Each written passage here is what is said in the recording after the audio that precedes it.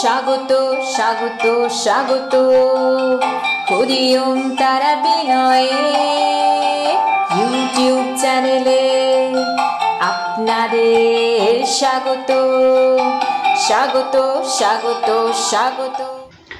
নমস্কার, আমাদের আজকের ভিডিওতে আপনাদের সকলকে স্বাগত জানাই। আজ 17 সেপ্টেম্বর মনসা পুজো। এই দিন সর্বভয় বিনাশের জন্য, সুখ শান্তি সমৃদ্ধি লাভের জন্য ও সর্ববিপদ থেকে পরিত্রাণ পেতে হরিওম তারাবিনয় গুরু মহারাজের দেওয়া অতি সহজ সরল মনসা মন্ত্রটি অতি অবশ্যই জপ করুন 108 বার। আপনারা চাইলে এই মন্ত্রটি প্রতিদিনও 108 বার জপ করতে পারেন। এছাড়াও এই মন্ত্রের দ্বারা আপনারা মা মনসার খুব সহজ সরলভাবে পুজো করতে পারেন।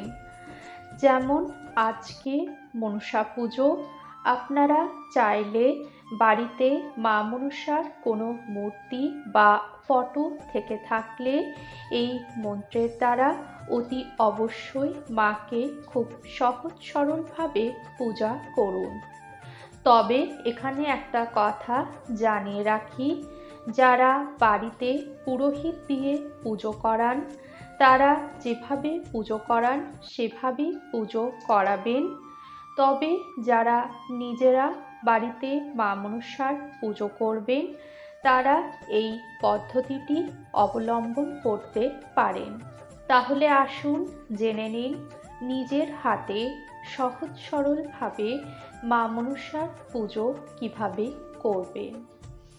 প্রথমত হরিওম তারাবিনয় গুরু মহারাজ বলেন, অনেক মহাপুরুষ ও সাধকেরা বলে গেছেন যে কোনো দেবদেবীর পুজো করার জন্য কোনো জটিল বা কঠিন মন্ত্র উচ্চারণের কোনো প্রয়োজন হয় না। যে কোনো দেবদেবী আপনার জটিল ও কঠিন মন্ত্র উচ্চারণের দ্বারা সন্তুষ্ট হন না, বরং ভগবান সন্তুষ্ট হন আপনার মনের পবিত্রতা, সরলতা ও ভক্তি দেখে। তাই চিন্তার কোনো কারণ নেই। আপনি আপনার মনের পবিত্রতা, সরলতা ও ভক্তি দিয়ে মাকে পুজো করুন। মা মনসা আপনার পুজোতে অতি অবশ্যই খুশি হবেন। তবে এখানে হরিওম তারাবিনয় গুরু মহারাজের দেওয়া মা মনসার সহজ সরল পূজা পদ্ধতিটি আজ আমি আপনাদের জানাচ্ছি। সর্বপ্রথম পুজো করার জন্য যেসব সামগ্রীগুলি লাগবে তা জেনে নিন। লাগবে একটি ঘট, সেটি ছোট বা বড় হতে পারে, সেটি তামার বা পিতলের বা মাটিরও হতে পারে।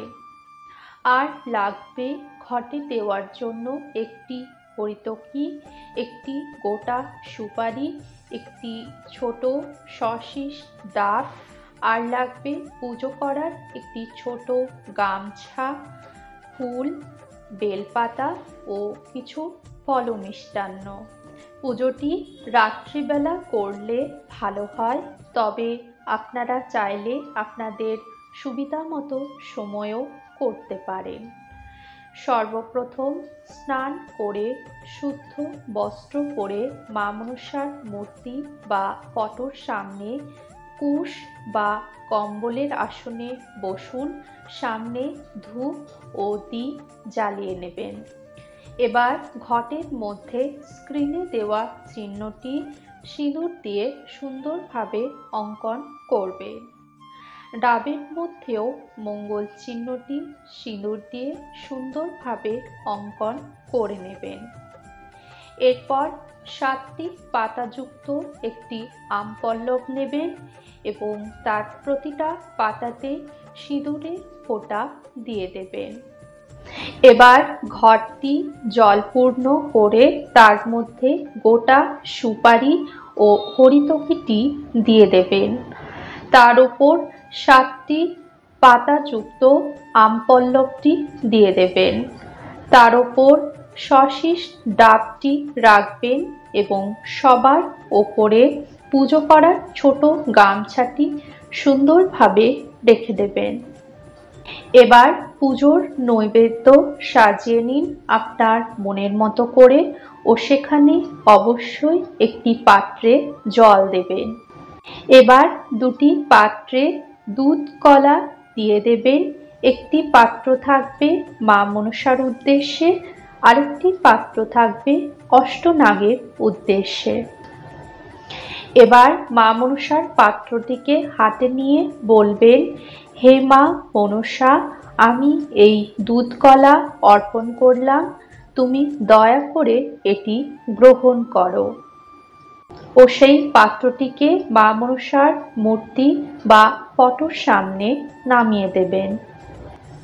এবার অষ্টনাগের পাত্রটি হাতে নিয়ে বলবেন, হে অষ্টনাগ, আমি এই দুধ ও কলা তোমাকে অর্পণ করলাম, তুমি দয়া করে এটি গ্রহণ করো।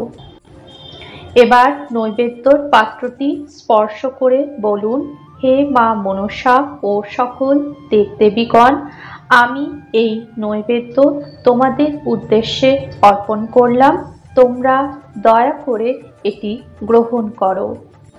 এবার হাতে কিছু ফুল ও বেলপাতা নিয়ে গণেশায় নমঃ এই মন্ত্রটি উচ্চারণ করে ঘটের ওপর সেটি দিয়ে দিন। এবার হাতে কিছু ফুল বেলপাতা নিয়ে শিবায় নমঃ মন্ত্রটি উচ্চারণ করে ঘটের ওপর সেটি দিয়ে দিন। এবার হাতে কিছু ফুল বেলপাতা নিয়ে দুর্গা মাতায় নমঃ এই মন্ত্রটি উচ্চারণ করে ঘটের ওপর সেগুলি দিয়ে দিন। এবার হাতে কিছু ফুল বেলপাতা নিয়ে বলুন, হে অষ্টনাগ, আমি তোমাদের উদ্দেশ্যে এটি অর্পণ করলাম, তোমরা দয়া করে গ্রহণ করো। এটি বলে সেই ফুল বেলপাতা ঘটের ওপর দিয়ে দিন। এবার হাতে কিছু ফুল বেলপাতা নিয়ে স্ক্রিনে দেওয়া মন্ত্রটি একবার উচ্চারণ করবেন ও ঘটের ওপর ফুল বেলপাতাগুলি দিয়ে দেবেন। এভাবে 21 বার মন্ত্রটি উচ্চারণ করবেন ও ঘটের ওপর ফুল বেলপাতাগুলি দিয়ে দেবেন। এটি একটি সহজ সরল ও ঘরোয়া পদ্ধতির পুজো, তাই এখানে আমরা আসন শুদ্ধি, দেহ শুদ্ধি, জলশুদ্ধি, পুষ্পশুদ্ধি, এছাড়াও ঘট স্থাপন ও মায়ের আহ্বান মন্ত্র কোনোটাই উল্লেখ করলাম না। এখানে খুব সহজ সরলভাবে মা মনসার পুজো পদ্ধতি উল্লেখ করা হয়েছে, যাতে মা ও বোনেরা ঘরে পুজো করতে পারেন। এবার চাইলে আপনি মা মনসার এই মন্ত্রটি 108 বার জপ করতে পারেন। জপ করা হয়ে গেলে মা মনসার পুষ্প ধোয়া জল ও ফল প্রসাদ গ্রহণ করতে পারেন। এই ভিডিওটি দেখার জন্য আপনাদেরকে অসংখ্য ধন্যবাদ। ভিডিওটি কেমন লাগলো তা কমেন্ট করে অবশ্যই জানাবেন। ভালো লেগে থাকলে লাইক শেয়ার করবেন। মা তারা ও সায়নাথ আপনাদের মঙ্গল করুন। সুস্থ থাকবেন, ভালো থাকবেন। নমস্কার।